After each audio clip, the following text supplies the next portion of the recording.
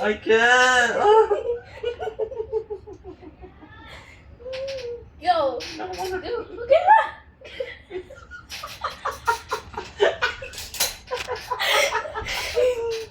Natawa na ako. Oh my God. Tuloy na. So, respect for God and others. So mag-respect ka sa... I can't. Why you laugh? Go. So mag-respect ka sa God, like always ka pray for God, and then Kawan ako? mag-pray ka sa God. Where am I? Members of the church are taught and humble in their words and actions, and always be willing to help those he needs. Like, for example, like mo tabang, like someone will need help, God kailangan tabangon nimo if someone need help. So yeah. Many other religions in the Philippines value humility. For example, humility is seen as a way to achieve enlightenment. Enlightenment. Jesus Christ. And Buddhism. Ano daw? Buddhism. Buddhism.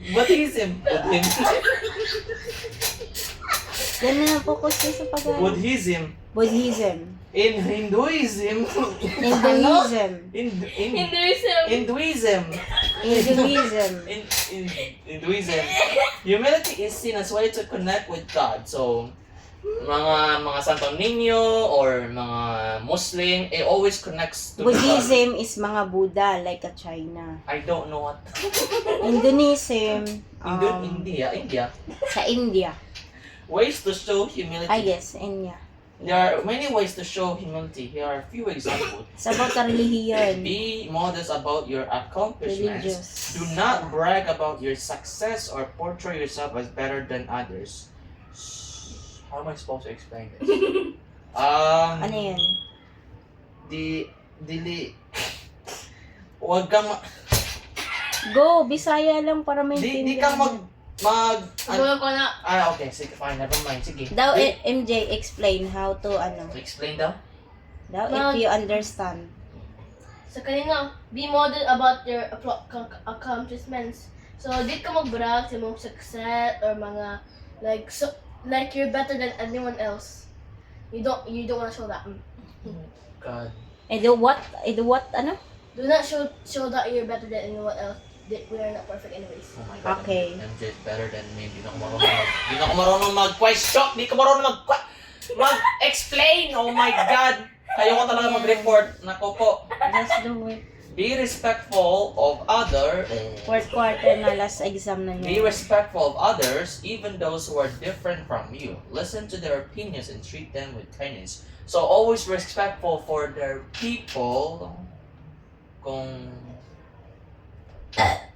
Kung sino mag-different sa mga tao, and then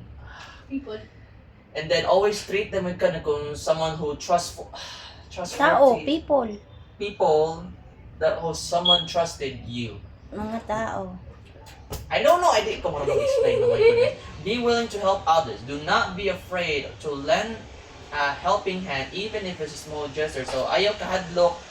If someone need kagtabang, ayaw kahadlok kung need kagtabang nimo, ayaw kauwaw, ayaw kahadlok kung if anything. Kawan ko na. Okay. You explain, be. Explain daw? Ha? Asa man? If you kabalo.